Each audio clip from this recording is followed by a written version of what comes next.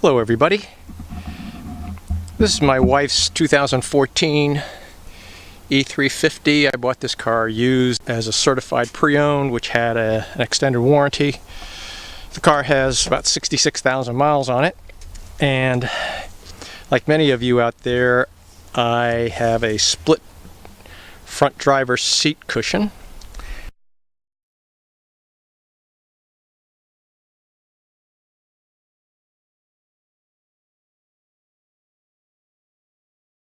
This is a pretty common problem for a lot of Mercedes owners. So I printed this article off the internet.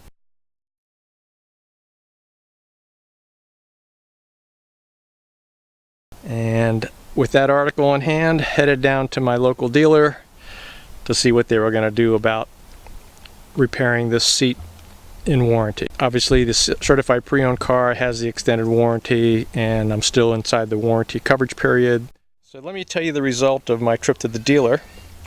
I've been going to the same dealer for more than 15 years, and they said this was not going to be covered under warranty, but the dealer was going to take care of all of it.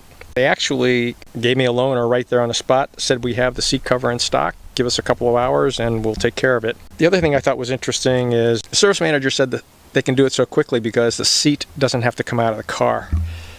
They said that the top cushion, this whole cushion assembly, comes right out without removing the seat. He said give him an hour, he said, but if I gave him 90 minutes, that way he won't have to rush the installer and we'll do a good job. It took him a couple of hours, more than a couple of hours, but that included washing the car, getting me into a loaner. I'm not complaining, it was time well spent. They were anxious to keep me happy, and I'm very satisfied with how I was treated. Here's the finished seat, the new seat that was installed by them today. What I think is interesting is the original seam that was split was right here. This seam is completely different. There's actually no seam there at all.